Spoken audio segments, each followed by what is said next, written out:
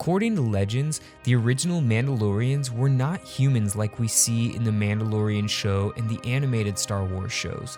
The Mandalorian people come from a long history of culture and ideas that originated with a species of humanoids that became extinct over time, the Taung.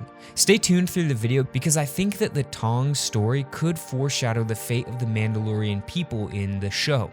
The Taung were an ancient species that lived on the planet Coruscant, long before the planet was covered by one giant city.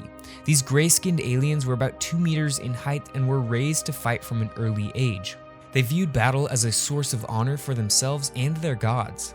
The Taung's main adversary on Coruscant were the Zhell, humans that also lived on the planet. The Taung and the Zhell waged war with each other for hundreds of years until a volcano erupted, blocking Coruscant's sun. Despite the devastation this caused the Zhell, they still managed to drive the Taung off of the planet. The Taung relocated to the outer rim planet called Roon, where they remained for 1,000 years. And after some time, their desire for battle and honor drove them to expand their territories, so they set out under the leadership of Mandalore I to conquer a new world. The Taung renamed themselves and their new world in honor of their leader, and during this rebranding phase, the Taung set out to tame their new world called Mandalore, which meant slaughtering and driving the giant Mythosaurs into extinction. Now, one difference between legends and canon is that these Mythosaurs, according to canon, were not only hunted, but they were also tamed for the Mandalorians to ride. Either way, they eventually fell into supposed extinction. I did a video explaining the significance of these creatures in the new season of The Mandalorian, so check that out if you want more information on the Mythosaurs. The traditional role of leadership initiated by Mandalore I was a staple of Mandalorian culture until the decades leading to the Clone Wars, when the new Mandalorians deviated from Mandalore's traditional warrior culture. This is something that is true of both canon and legends. However, in canon, it was kind of led by Duchess Satine and her new Mandalorians, whereas in legends, Jaster Muriel was the leader of the new Mandalorians, opting for less pacifism and more of the honorable mercenary lifestyle rather than Mandalorians being just savage raiders. The next culture shift for the Taungs, though, now called the Mandalorians, came when Mandalore the Indomitable began to welcome other species into their culture. This allowed the Mandalorians to rapidly expand and become a very great threat or power in the galaxy. As the Mandalorian Wars broke out, the Mandalorians only increased this acceptance of other species. However, not just any species was welcomed as a Mandalorian. The Mandalorians extended the invitation only if the other species impressed them in battle. The first example of this is the inclusion of the Mandalorian giants, who proved to be quite the match for the Mandalorian Crusaders. The Mandalorians were so impressed with their abilities that they invited them to be Mandalorians. The Mandalorians became involved in the conflict between the Sith Empire and the Republic. Mandalore the Indomitable believed the Krath army of the Sith was spread thin and their homeworld was vulnerable to attack. So Mandalore the Indomitable challenged a fallen Jedi named Ulic Kel Dorma to single combat. After losing, the Mandalore was sworn to Kel Dorma and his Sith master Exar Kun. This laid the foundation for the Sith Empire to manipulate the Mandalorians into going to war against the Old Republic. Now, for frame of reference, this is all about 4,000 years before A New Hope.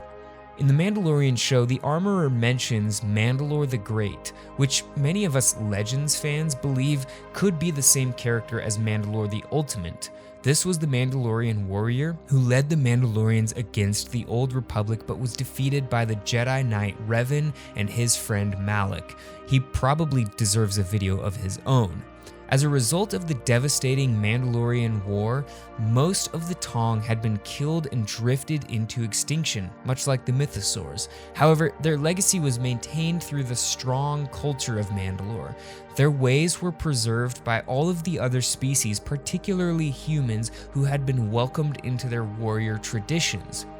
One tradition that carried on through Mandalorian history was the clan structure of the Taung. The Mandalorians continued to structure their society by dividing into clans where the veterans of war rose to leadership, and all of these clan chieftains answered to the Mandalore, or a translation in basic, the sole ruler.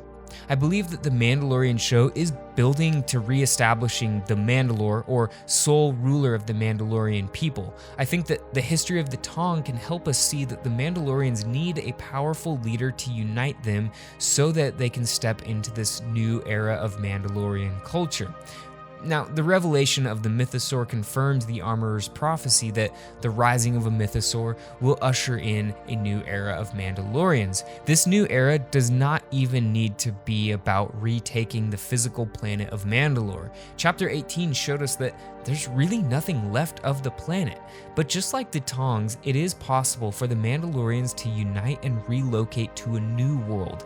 This certainly prompts many theories as to who this new leader could be and where they might go.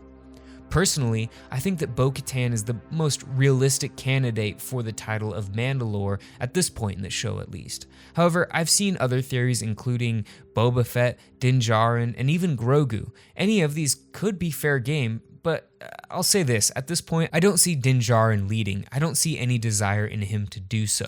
In regards to a new planet though, where do you think they might go? Would they stick to the outer rim? Would they move closer to the core? If they were to conquer a planet known to canon right now, which one would you want them to claim as the new Mandalore? Maybe Grief Karga will allow them to have Navarro. The show has certainly spent a lot of time covering its growth as a planet, so perhaps they're setting it up to be the new Mandalore. Alright, now my gears are spinning and I'm really thinking of a few theories, so I guess I should get working on some videos. Stay tuned for those. Anyways, I hope this video helped you understand the ancient origins of the Mandalorians and why their history could foreshadow the next era of Mandalorians. Leave a like on the way out, and as always, have a great rest of your day and may the Force be with you.